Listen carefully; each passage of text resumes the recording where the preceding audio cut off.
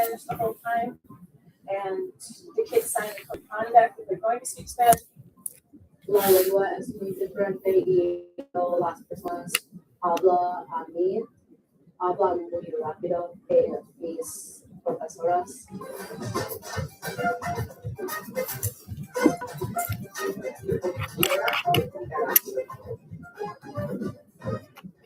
Después 2 o 3 días es más fácil.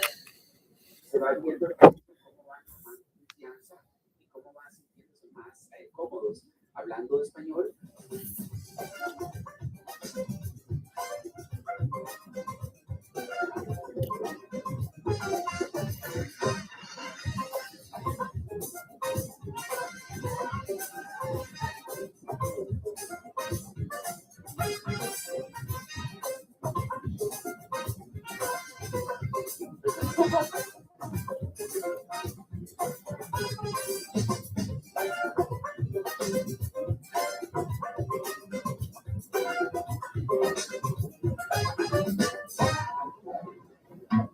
Because they're ready for it. Now we put them into those family stays, and it's completely Spanish. All day, everything around them is all Spanish.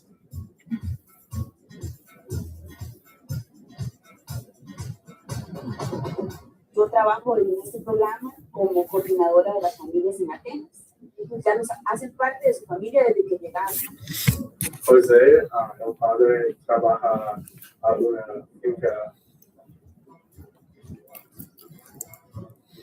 Estas son las naranjas malagueñas que le di. Hay muchas más personas aquí en mi casa. Puedo entender mucho más. Hablar mucho más. Ha mejorado un montón.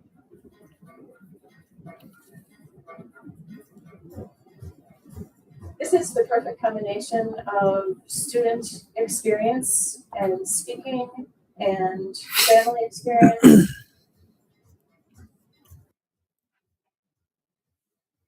Estoy lista, pero no quiero salir.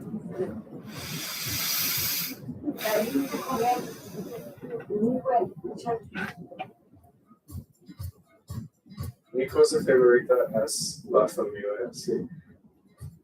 And this is what a teacher wants. It opens the world for them. And when we get back, they've moved so far beyond what the class level is, and they're so confident in their speaking. So viaje cambió mi vista del mundo. It really opens your eyes to something you could never really understand unless you go do it.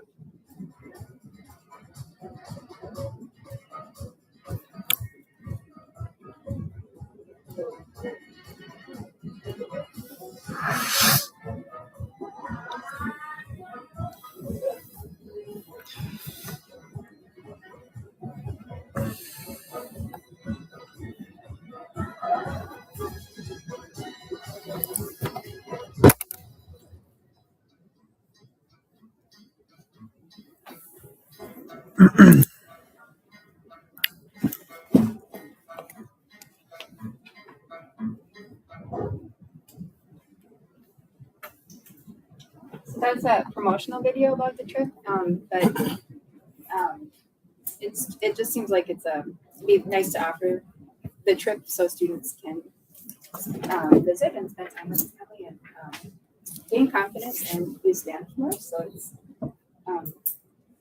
I think there are in that handout there's the itinerary, the description, there's more information on the website, and then the program manager Anna Brown said she could answer any other questions.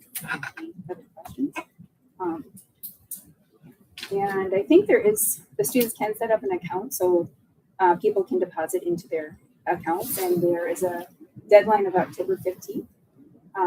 And I'd like to host a meeting September 14th on a Monday, and then students can think about it and then decide by October 15th. And I think there's a down payment of $500, and then after that they have a time frame for payments. And there's a list I highlighted in the packet to the inclusions and exclusions in the trip, but things to expect when traveling, and these are from 2024. So there are some different animals and landscapes.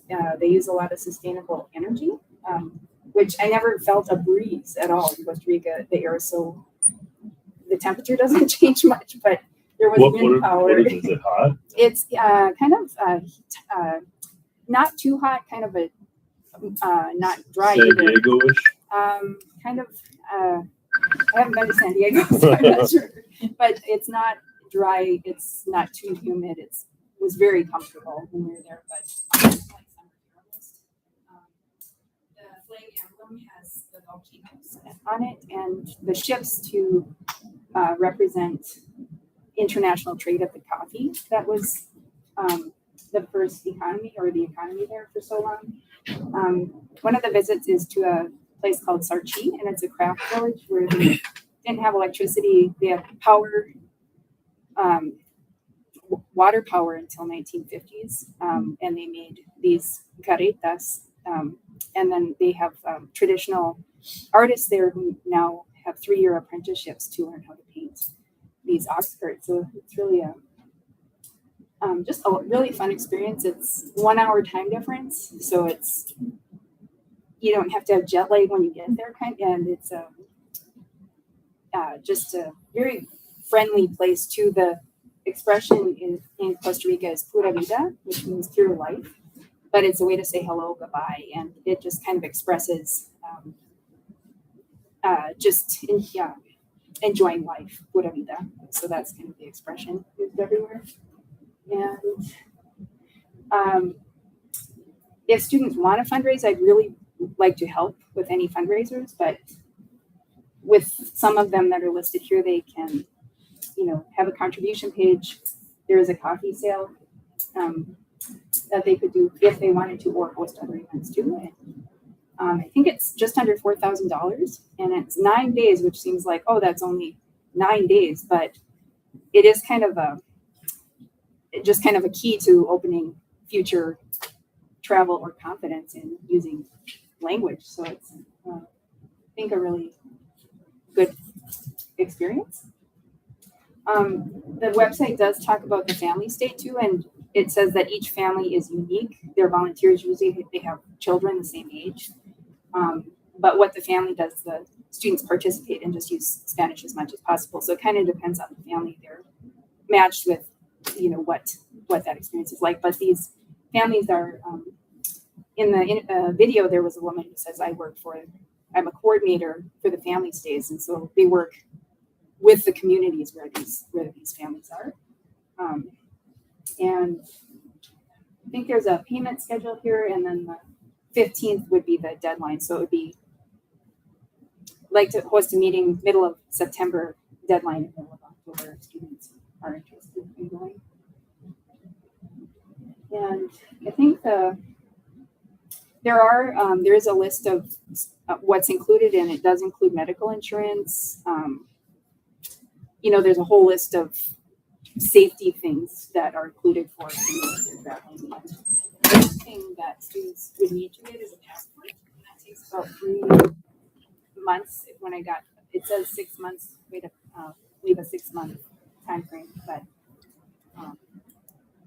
that's one thing they would need. And I think this is more linked to the information about like all the supports that are there when traveling. But the transportation is provided, the entrance fees are paid, the family stays are arranged, so there's not really, the meals are 3 meals a day, so it's not really, it's kind of a seamless trip.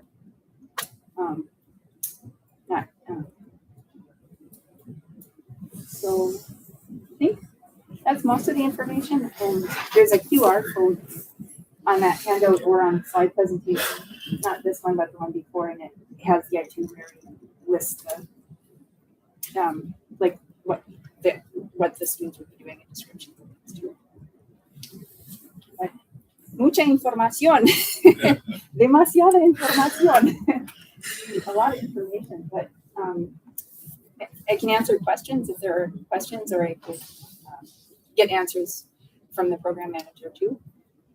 Yeah, looks very cool. Is it one student per family or multiple students? It would be one student One per per family, yeah. And Anne Brown suggested the Ola Arenal trip. There are other places and in Costa Rica and other trips too. And last spring, I gave students a list of Spanish-speaking countries that are usually destination places for trips like this. And most of them selected Costa Rica, and a few selected Argentina, and a couple selected Spain. So Costa Rica seemed to be the most popular All right. popular location. Any other questions for Tessa? Would you accompany the students? Yeah, I would go with the students. I went in 2024, and it was really fun. It was a company called World Strides Explorica, and the guide was bilingual, and we learned a lot of things. But we didn't really learn. We didn't use Spanish except pura vida, so it was not really such an immersion experience. So it's kind of just for students who are at that level of Spanish too. And then I would go with them. And I think last time we used WhatsApp. It's an app that you can use internationally, and there's no cost. And then I have Verizon, and if you travel, you can get like $100 international phone use, unlimited phone use. So I did that, but the students wouldn't necessarily. You have to do that if they use that app or something. And I think the code of conduct says try not to use your technology, which in 2024, that's what I learned. Young people want to know what's the Wi-Fi.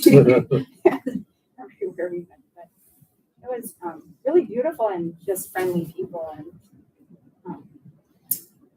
lots to see if you like being outdoors and doing things like zip lining. Is this something we need to approve, or just, I mean, it's not really, it is going to be offered to our students, but it's not really a class trip per se, Yeah. right? So it's just an opportunity, very similar to the trip that they just took this summer. Yeah, it would be So kind of students would decide independently if they wanted to. Awesome. All right. Well, thank you very much. Appreciate it. Thanks. If any questions, let me know. Sure. I'm gonna go back to the house. The packet made it around to there. If you want to, do you want the packet with you? Or If you want to. Oh, sure. We can hang on to it. Yeah, sure. Awesome. Thanks. Watch the cord. Okay. See you, Tessa. Thank you. thank Yep. you. All right. So we're down to student school board member report, not applicable tonight. Public comment, not applicable. Consent agenda. Any questions or comments on the consent agenda? All right. Hearing none, Lee moves the consent agenda. Melissa seconds. All in favor say aye. Aye. All opposed say no. Motion carries 6-0.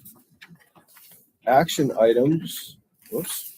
So no specific action items. And then down to administrative reports. Mr. Bowler is at the open house.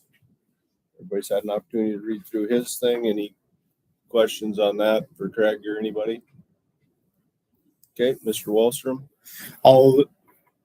The next old business item, I'll have the floor for a little bit, so I'll just wait. Okay. And kind of say my piece then. All right. And Gretchen, same principal at the open house. So she wrote hers up. Mr. Erkey. Our first day of workshop today, it was really good. Rachel Stackhouse and her staff put on a really nice breakfast for everybody. We had got to meet our new staff and introduce the new staff. People were busy then getting things ready for the kids. And tomorrow we have another artificial intelligence thing, and it's more how to make your lessons AI proof. How to, people can use AI, but it's AI proofing your lessons so that they can't just plug it in and have it do it for them. So that's happening tomorrow at 10 o'clock. If anybody wants to come, you're welcome to come to that. Otherwise, we're pretty well ready to go. The gym floor in the elementary here is still curing. We're kind of at the mercy of the person doing that. So that's the only thing that I think we're not quite ready for. Other than that, we're pretty well ready.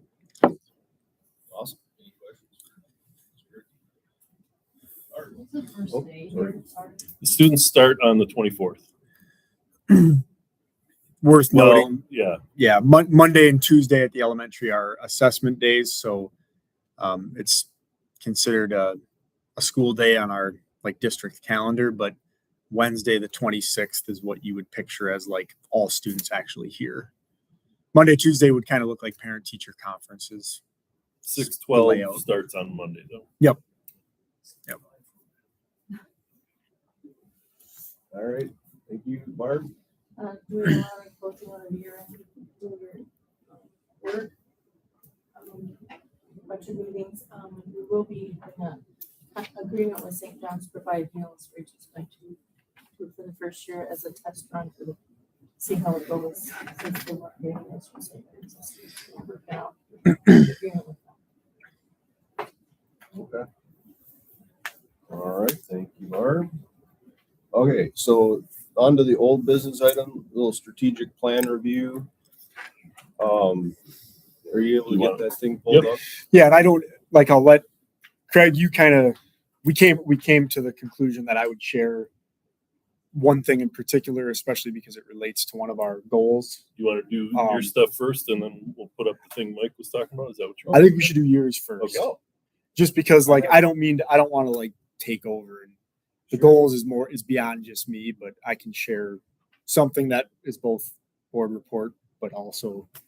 Is this the one you wanted me to pull up, or the other? Yeah, so the, well, Chad is one of the people that weren't here when this all got put together, but Julie and Whitney, back in August of 23, we all got together, maybe you're already aware of this, but got together as community members and business owners, and I think there was a mayor there and teachers and administrators, etc., and came up with 4 years like goals for the next 4 years. So at the end of this school year, end of 2026, 2027, we're hoping to have all these goals accomplished.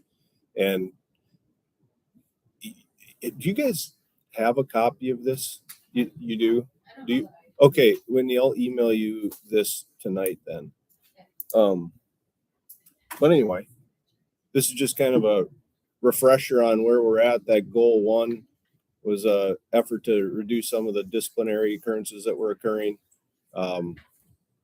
Taking some action steps, establishing a baseline of disciplinary occurrences. I don't know where we're at with that. If we have looked at that data for recent years or not. Yeah, I mean, so I remember last time we had like, I don't know when our last meeting was as the strategic plan committee actually happened, but you know, it's a bit of a moving target with DERS data. Yeah. And the one issue that we talked about, not to go too much into the weeds, but at the time I was dean of students and I was leading this, and that's totally fine if I still lead this goal, that's fine.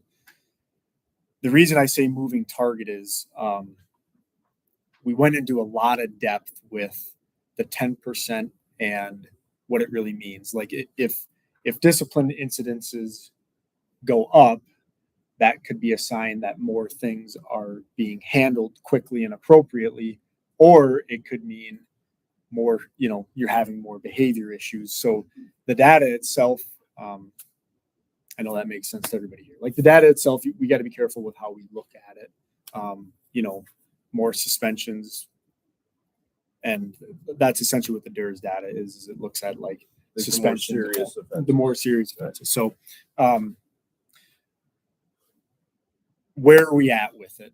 I recall us kind of as a team determining like, yes, DERS data is certainly something we want to continue to monitor, but the one from the first year to the second year, we had that 10% reduction, but we all wanted to acknowledge the fact that that doesn't mean like it's just done. Like we didn't just reach the goal and not do any continued efforts. We always want to reduce disciplinary incidences as much as possible. So that's where we left off with it. At any point we can produce DERS data and compare it, but the concerns are apples to oranges with like some changes, you know, me not being in that role and other stuff. And then also just, you know, when we dug into the data, a single student can have a significant impact on the percentage of DERS. You know, one student who may have 5, 6, 7 incidents, that's in a small population, a small school, that impacts the percentage quite a bit. So that's where it left off. In short, that work is just always being done. In fact, the piece that I was going to present here tonight is directly related to this goal. Okay. Like, we're kind of revamping our PBIS system and stuff like that. You want to just switch gears to that real quick? Well, I think we should keep rolling. yeah, let's with, go. yeah. But one thing on the future actions there, the create content plan for working with coaches and student athletes, is that in relation to this red, yellow, or the green, yellow, red? Are you with this light? That's more for the grades. Okay, so can you explain the new light system? Well, at the end of each week, the teachers will have to report on the kids that are in good academic standing. If you're not in good academic standing, that would then be yellow, and you would have a week in which to get back into good academic standing. If that doesn't improve, then they would go to red. And then you'd be ineligible to With play. yellow, that week of yellow, you can practice, play whatever. The coaches can decide to do whatever. Right. Work on your work or not. But then when you hit red, you can do everything but play. You cannot dress, but you have to be there in your street clothes. My concern, from what I saw with my own kid, was he'd we'd look in the thing and he'd be like, "How are you getting an F in whatever? How is that even possible?" He's like, "I'm not. They just haven't put my thing in." Yeah. He said, "It's been submitted." I said, "Okay, how did you handle it?" Well, I don't know how. He's 12 at the time. Yeah. How should you, well, you probably should email him or talk to him or something. And then he wouldn't get a response to the email, which can be very confusing for people at 13, 12 years old. And then they don't, you know what I mean? Yeah. So I guess my point is there's a consistent issue with teachers not getting the grades in on time, triggering inaccurate grades in the system. And so if the students are going to be held to this standard, then the teachers need to be held to the standard as well. Right. So maybe we should have a I see red, that with my yellow. daughter last year too. 100%. I actually made 4 phone calls last year Yeah. because Yeah. Grayson was getting a C and I was like, it goes down one more. And I don't know, is it the same? Is it D or lower, or is it C or lower? Like, I don't know now grade wise. It used to be D or lower. You couldn't play. But Yeah, he I would think talk to a teacher and he would not get an answer. So I made 4 phone calls because I was like, this is not happening in my household. Well, I think we should have So it's a delay of, so if we're gonna go every week and he has 0 assignments that week to try to get it up, right. you don't have a choice. We should have a green, yellow, red for teachers. So Right. don't get Yeah. their I think Agree. it'll be the same for them. They'll have to be on top of it. And I think what was happening was people would put in their assignments they're going to give and maybe not even have to assign them. And that's a grade book flaw. Does that sound right? It has happened several times where they enter in, say, like 10 assignments, Yeah. so now everything is 0 out of 10, 0 out of 10, 0 out of 20. Yeah. It goes down, so then whatever your grade was prior to that, now you're at an F because everything was 0 out of whatever. So I don't know how that got. It's been a while since I've run. Yeah, like when I was teaching, I used the Schoology grade book quite a bit. So it's been a few years now, but in order to, like, if I created an assignment, it would be, and they weren't turned in and graded yet, it's just a blank, which doesn't impact the grade up or down at all. You have to actually manually enter, like if the deadline passed and so-and-so student didn't turn it in, they got a 0 on it, or there's other ways to do it too, but that's when it actually counts against your grade. So everybody here is right. Teachers need to know what's at stake here, because some people, it might not even be, like, in defense in some cases, it might not be a lack of promptness. It might be like the teacher system of, the due date is Thursday and everybody has a 0 until they turn it in. There's really no point in doing it that way because it's a blank. When you enter a 0, you need to be sure that it's a 0 and it's staying a 0. Don't use it as like a placeholder. And if you guys were looking at like what it looks like, that would make sense, because I can think of situations where you enter the 0 because you need kid to know like, hey, I still don't like, they get that notification that this has been graded and it's a 0. And then kids like, oh, I forgot to give it to you, change it to, but if I knew as a teacher that what was at stake is this is weekly, I wouldn't enter the 0 because you'd know a 0 means 0, right? The only thing I would counter on that is every Monday the grades go out. Like if you have an FU, an email gets sent to the Yep. parents, right? So like that's an automated thing. It clearly doesn't matter to some because there are assignments that don't get entered or corrected, even though I know that they were turned in because I Right. harped on them about it, and it's still showing as a 0, and it shows as a 0 consistently for 10 days. Yeah. Because we get the following reciprocal email. Yeah. And I just foresee this being potentially a major problem. I see this I- as disastrously Well, in sideways grade for a wise, while. so am I correct in saying if they're like getting a C, they would be in like the yellow? But if they're getting a D, they I don't would be think in so. I the think red? it's I'm actually not involved in this at all. I was just speaking. I think it's an If you're failing, you go to yellow. And then you Yeah. have 1 week to get it up. So you're still fine, you're just kind of yellow. And then if you don't get it up and you're still at an F, then the following week you sit. So But like football, before, it'd be like if practice. Grayson was getting a D, he had to sit. He never did, but if he got a D, he had to sit last year. So that's why I'm asking of grade wise. I mean, he never ended up having to sit out, but I got the email stating if he doesn't get I it don't up, think so. he has to sit out. That's all I'm questioning because it's different than what it's. Maybe that was, I wonder if that's teacher specific, or, I mean, how That does I that? don't might be know. coach specific because the MSHSO or what we do it's fail, failing. right? Yeah. Okay, well, I guess the bottom line is, I hope the teachers are aware of what's at stake. Yeah. We'll see how it goes. I guess it's not really relevant to this. It's more of a grade thing, not a behavioral thing. The light system has nothing to do with behavior. It's strictly grades. Right. I mean, they obviously behaviors can get you a high school league violation and things of that nature, but But that's not it. Right. That's the way it's been. Yep. Yeah, the only thing new is just the academic piece Yeah. of it. Okay, goal 2 then. And we'll have a committee meeting about this too at some point to kind of get into the nitty gritty, which we don't have time to do tonight, but goal 2 is an attempt to improve morale and retention by addressing top concerns raised by the annual employee survey and exit survey. Those are the action steps that have been taken, and future actions are just, it's a continuation, trying to make small adjustments every time that survey comes out. I just want to add to that, like the exit survey is really good. The main motivation, we made a change with a secretary position in our office. We added some duties to that position, but that came from, and it wouldn't have been, the conversation would have been had between me and this person either way, but like we're putting our special education team had a pretty busy caseload last year. Like they worked hard hours, and respectfully, an individual who balancing work-life balance moving forward,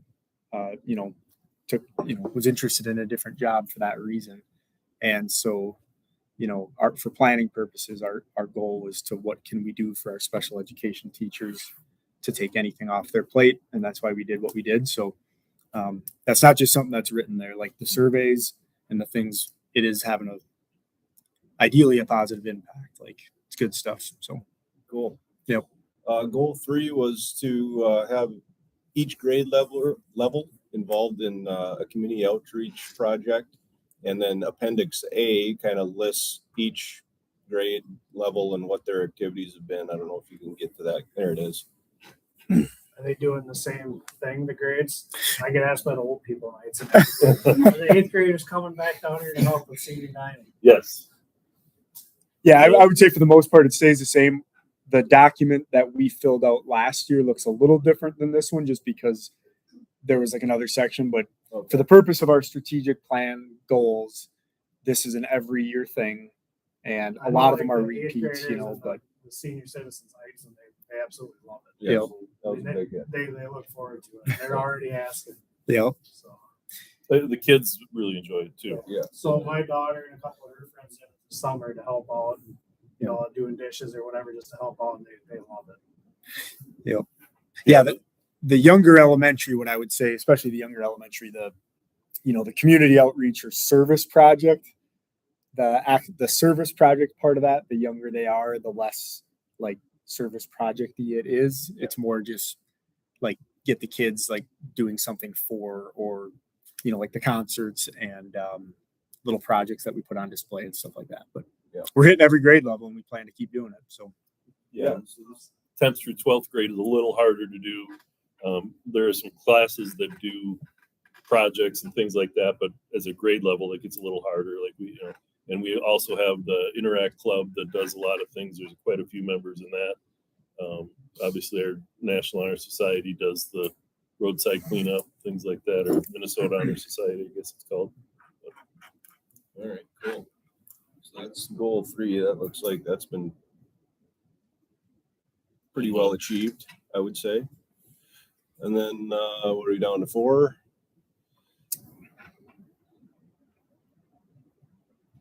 Okay, so this was the giving kids the support they need, or at least giving them access, I should say, to the support they need in the mental health department. And we basically have taken those actions in the left column. We couldn't think of any future actions to take. Yeah, we have several different organizations that come in and work with kids that we provide them a space. Obviously with parent permission, but in addition to that, we also have an employee assistance program. I mean, thinking a little bigger picture than just the kids, even that through the National Insurance Services, I actually scheduled an email to go out in the middle of September to staff, and we periodically send that out, remind the staff that, hey, this is available, and there's all sorts of different things. So. All right. So yeah, that's another one that the access is there if folks need it, which was kind of the point. And then goal 5. This is another one I think we're really kind of doing really well with. And I think over the last few years have really done that. And we had Marianne Betke from Bluff Country Collaborative spoke at our introductory workshop again this morning, and then she's even trying to get some of our elementary teachers, hey, get a hold of me if you want somebody to come in and speak to your class about something, that she would be willing to help out with that. So there's just some of the things. So anyway, point being, we just wanted to go through it with the folks that weren't here when this all started. Strategic planning committees, myself, Derek, and Lee. Last time we met, we basically were like, we're doing pretty darn good on where we're at, and we'll just keep looking at it for another year and go from there. Did you have something specific that you wanted to add? I mean, it's not really discipline related, but it is. It's I was in my board update. I wanted to give people kind of like just an honest goals for the elementary school for the upcoming school year, and then it just so happened that it blended well because I wanted to show off a little bit of the work that a group of teachers and myself did, and kind of revamping our PBIS system. And to keep it really simple, like the PBIS system, if you've had kids come through the elementary, you've heard about like tickets and stuff like that. And it's a fun thing. Like part of it is just, it's fun, but as a parent looking in, it could seem quite a bit more gamish than it serves a very functional purpose, like a good PBIS system, positive behavior, just promoting that really is like the foundation of your school culture when it comes to the student body.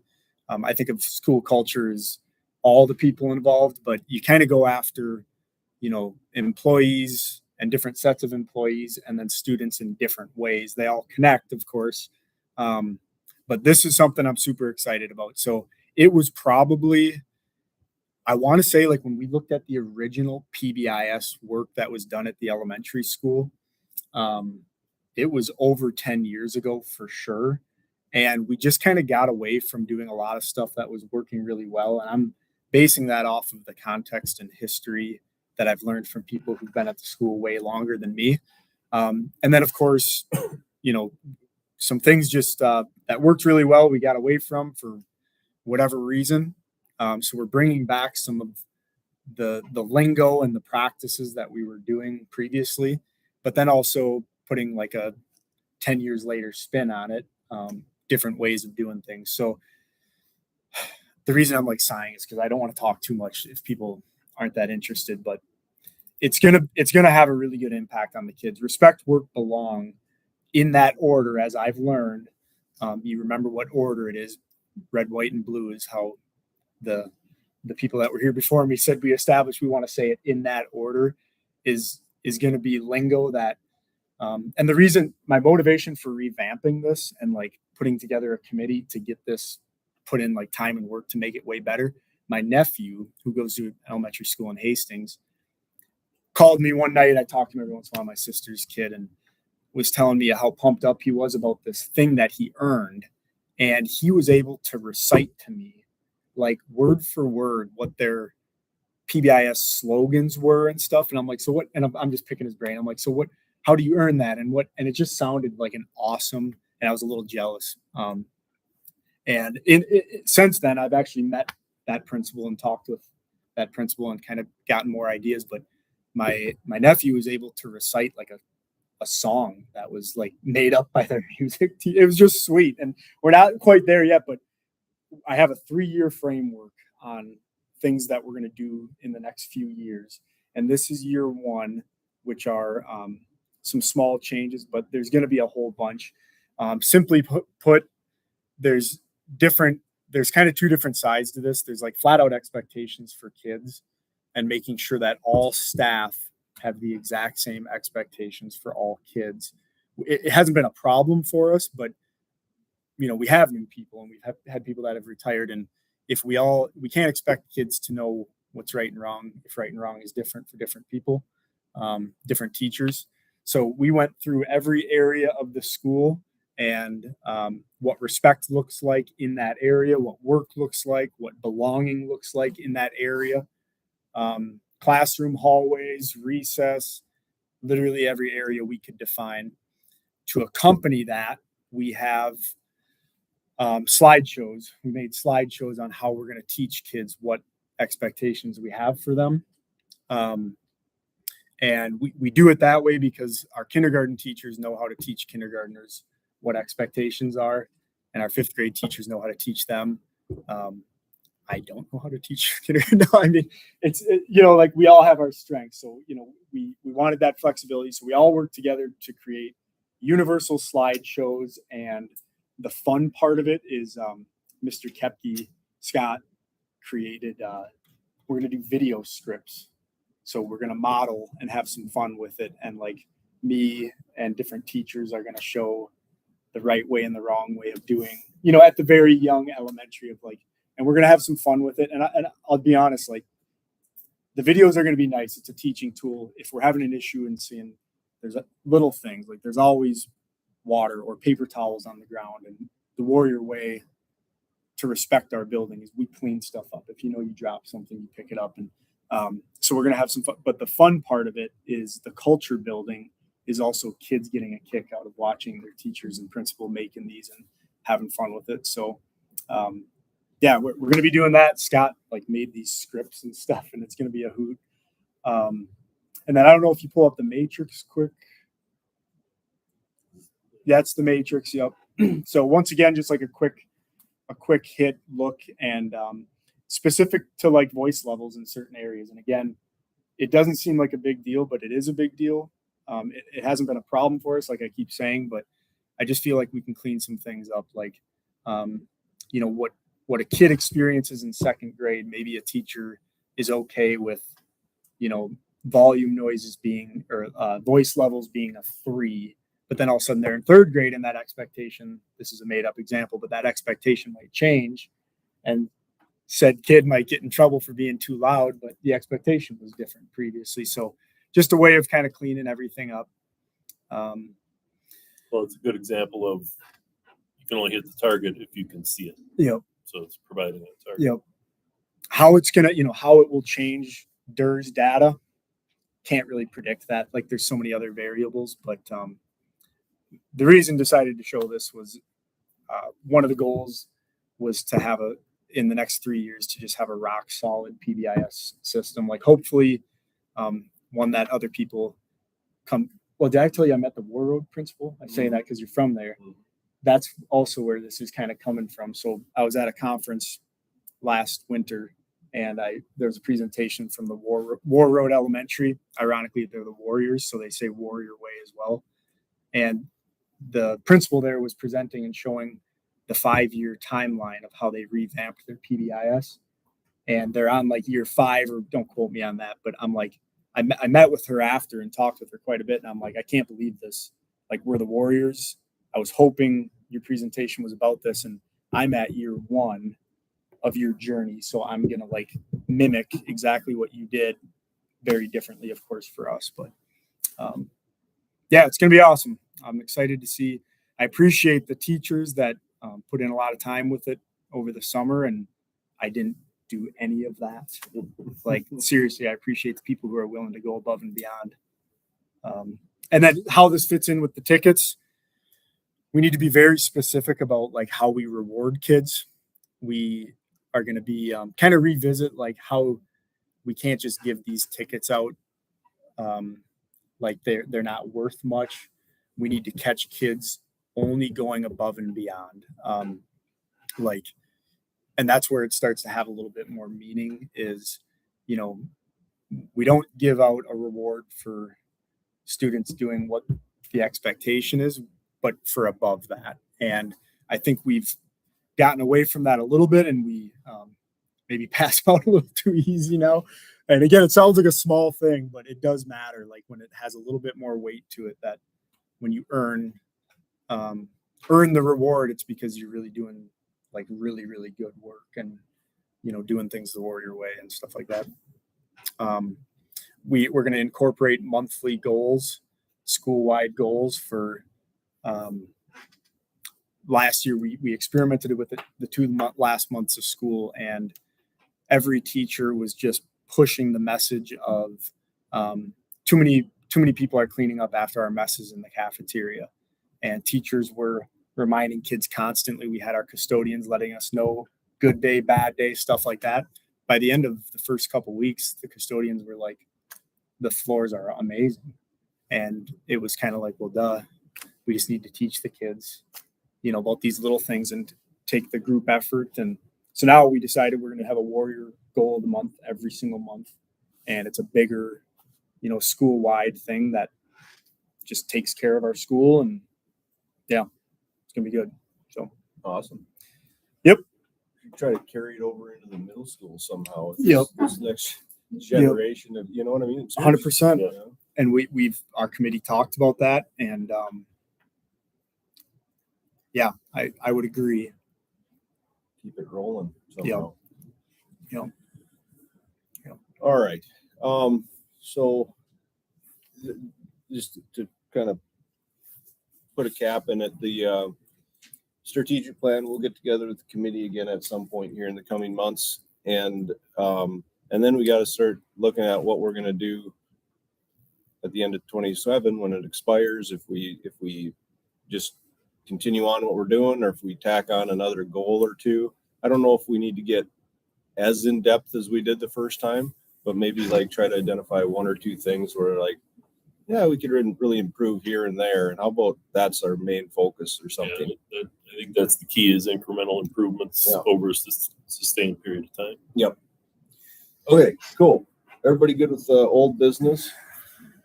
All right. New business is the school policies. Everybody's had an opportunity to review those. Any questions, comments, concerns on school policies? All right. You good? Okay. Board member reports. Melissa, other than Whitney? Julie? Lee? Okay. Just real quick, I had sent an email to y'all earlier this month. I don't know if you ever had an opportunity to look at it, but it's in regards to some bylaw changes at the Minnesota State High School League level. It would require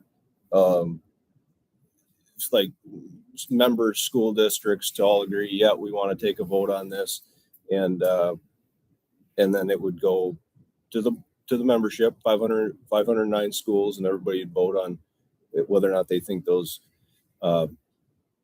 amendments to the bylaws are warranted, and it would require each district's who's interested in submitting a letter of change, the Minnesota State High School League representatives from that district would have to sign off. So that's Lee and Craig are our two. So Chad is an alternate. Is that what we figured out? Chad's an alternate. Okay. But so the people on the letter would be Lee and Craig. I have a copy of it. I was going to give it to Lee so you can review it, and I'll email it to the rest of you as well. It's what roughly the letter would say and the proposed amendments to the bylaws, and look through it. And if we can come to a conclusion that this is something that our school district would like to try to initiate, great. If not, so be it. But I just wanted to throw that out there. So beyond that, I think there's an HVED open house coming up next week. If anybody's interested in like going up to Winona and looking through the HVED building. What is that? I think it's next Wednesday, if I'm not mistaken, but I will email you that as well. Is that done up there? Pretty much, yeah. They're all moved in. There's there's still some construction going on, some painting, etc. But I will email you all that open house invitation. I just found it in an email. It's Wednesday, August 26th from 2 to 6 p.m. 2 to 6. Yeah. 26. So if you're interested in getting a tour of that or something like that, we can work that out. Yeah. And as far as the administrative negotiating committee is concerned, we're getting really close. All we got left is principals. And if you don't, would you guys have like 5 minutes after this just to, or if you got to get going? Yeah. Fair enough. Not a problem. Still 7, and I just got a text I guess on that 5:30. Nope. All good. So maybe I'll text you guys tonight or something. We got just some little loose ends to tie up. No big deal. Anyway, that's all I had. Everybody good? All right. Adjournment. I'll make a motion. Derek? Julie? All in favor say aye. Aye. All opposed say no. Motion carries 6-0. It is 6:27. So Lee, here's